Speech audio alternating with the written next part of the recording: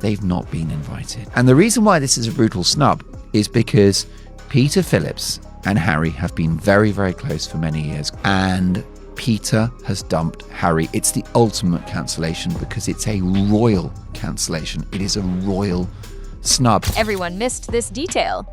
And it's the only reason this royal story suddenly feels bigger than another routine Harry versus the palace headline.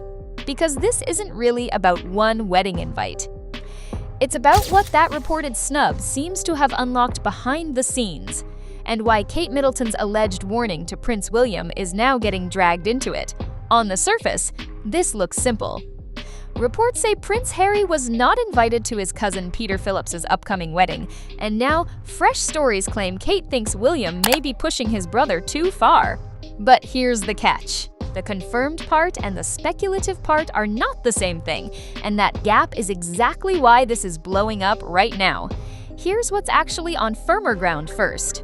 People reported that Harry was not invited to Peter Phillips' June 6 wedding, citing "hello" and a friend of the couple who said Peter and Harry haven't spoken for years and have simply lost touch. That's the part that has some reporting structure behind it, even though it still traces back to a friend source, not an official palace statement. People also said spokespeople for both Harry and Peter had no comment. That matters more than it seems.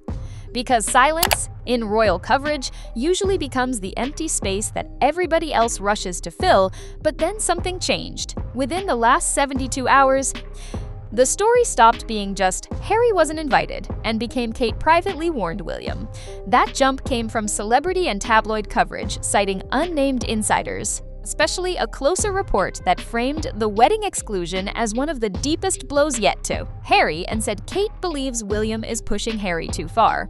Reality Tea republished that framing on May 29, Yahoo amplified it, and the News International echoed the same angle the same day. That is the viral development. Not a speech, not a leaked voicemail, not a clip. A chain reaction built from one emotionally loaded private source claim. And this is where it gets uncomfortable, because the phrase that makes this headline travel is not guest list. It's not even snub. It's Kate warned William. That instantly changes the emotional geometry of the story. Now it's not just Harry on the outside looking in. Now it's William being positioned as possibly going too far, and Kate being cast as the calmer figure in the middle, the one who sees the damage, even if she can't stop it. Whether that is true or not is a separate question, but as a narrative, it is powerful. It gives the audience roles to assign. It gives the tabloids a triangle instead of a feud, and that's always more addictive. Think about how these stories spread. It starts with one report. Then the quote cards appear. Then the thumbnails harden the emotional frame. Harry becomes the isolated brother. William becomes the enforcer. Kate becomes the reluctant conscience.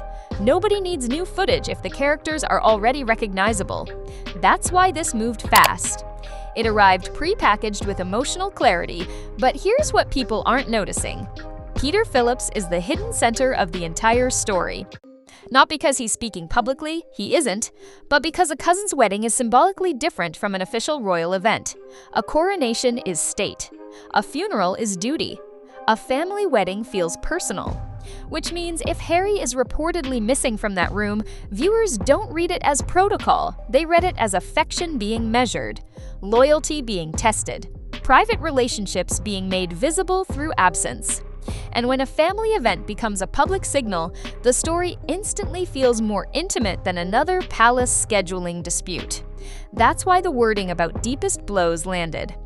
Not because it is verified in any official sense, it isn't, but because it matches the emotional logic audiences already understand. Harry has spent years talking publicly about distance, exclusion, and fracture. William has spent years projecting discipline, caution, and a hard boundary around trust. So when a report appears saying a cousin's wedding became another line in the sand, the public barely needs persuading. The storyline feels familiar enough to click, but new enough to feel urgent. And then there's Kate. This is where the coverage gets especially strategic. In the sourced reports, Kate is described as protective of William and the children, but also as someone who would still like William and Harry to build bridges. That framing does two things at once. It preserves her image as stable, family first, emotionally intelligent, and it also introduces the idea that even she may believe this has gone too far. Again, that is an unnamed source claim, not a confirmed fact. But it's a very specific kind of claim. It doesn't attack William directly. It softens the critique by placing it inside concern, which makes it more believable to a lot of readers. And that leads to the real reason this blew up now: timing. A week like this doesn't need hard proof to go viral. It needs emotional efficiency. The wedding date is close. Harry remains one of the most clickable figures in royal coverage. William is increasingly framed as the future king focused on stability and institution. Kate's public image carries unusual credibility because she's often treated as the least chaotic figure in the room. So the moment a report suggests she may be privately cautioning William, the story hits 3 pressure points at once: family division, moral authority, and the possibility that the reasonable middle is alarmed. That's a perfect viral recipe, but what happened next surprised everyone. Not because of any official response, but because of the reaction pattern. Watch how the tone shifts.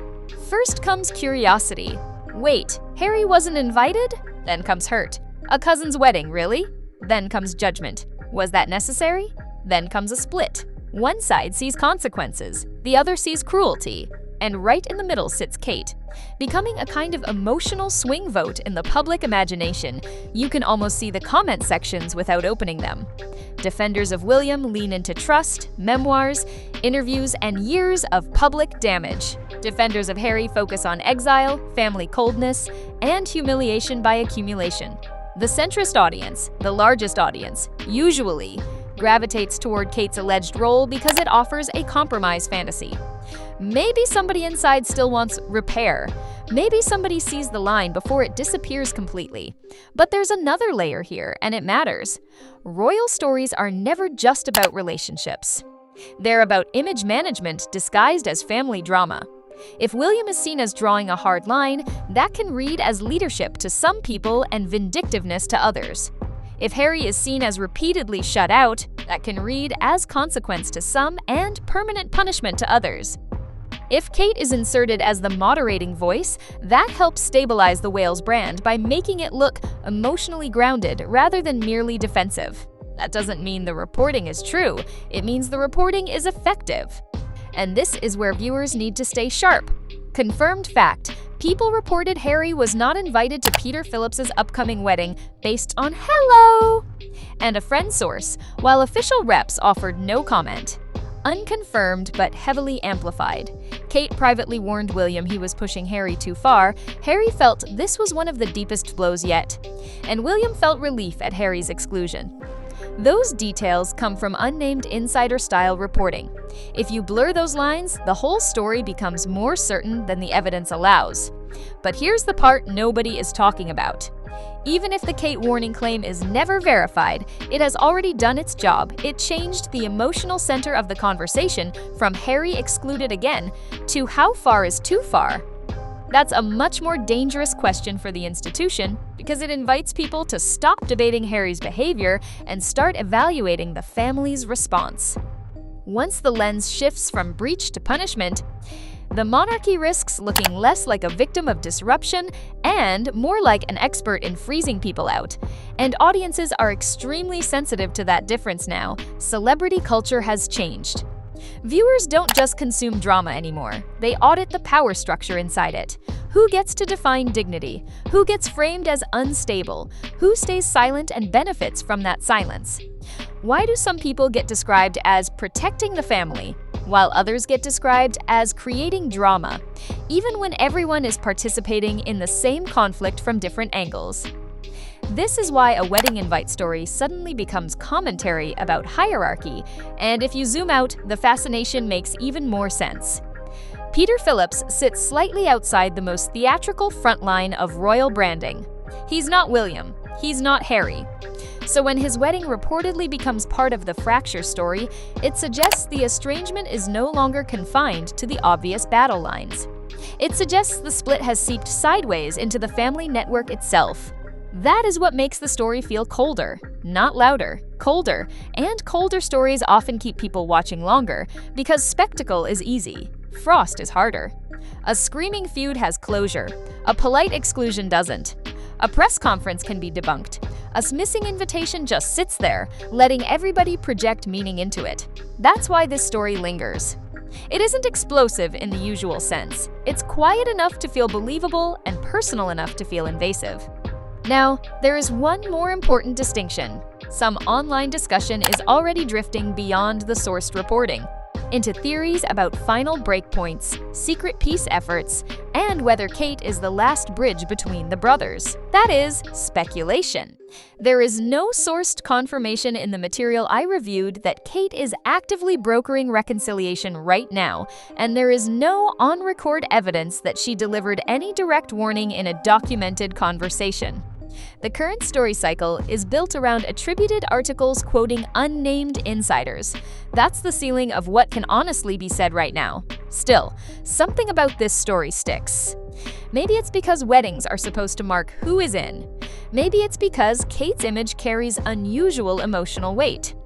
Or maybe it's because every Harry and William headline now feels like a referendum on whether this family is protecting itself or shrinking itself.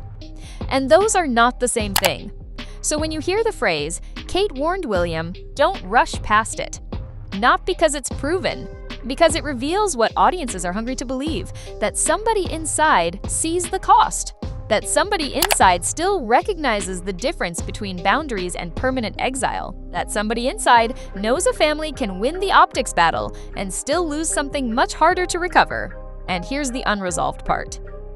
The wedding hasn't even happened yet. That means the most viral version of this story is arriving before the event itself, before any visual confirmation of who appears, before any new public reaction from Harry's side, before any palace source goes on record, and before the broader narrative settles. In other words, we're looking at the emotional trailer before the main scene.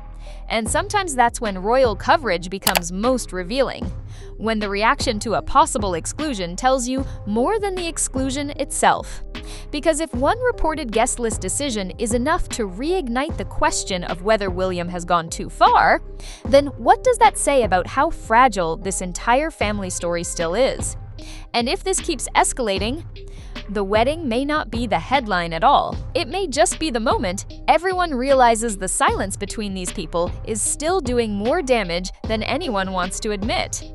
And that's why something about this still doesn't add up. Because if this really is just about two cousins who lost touch, why does it feel like the whole monarchy is being measured by it?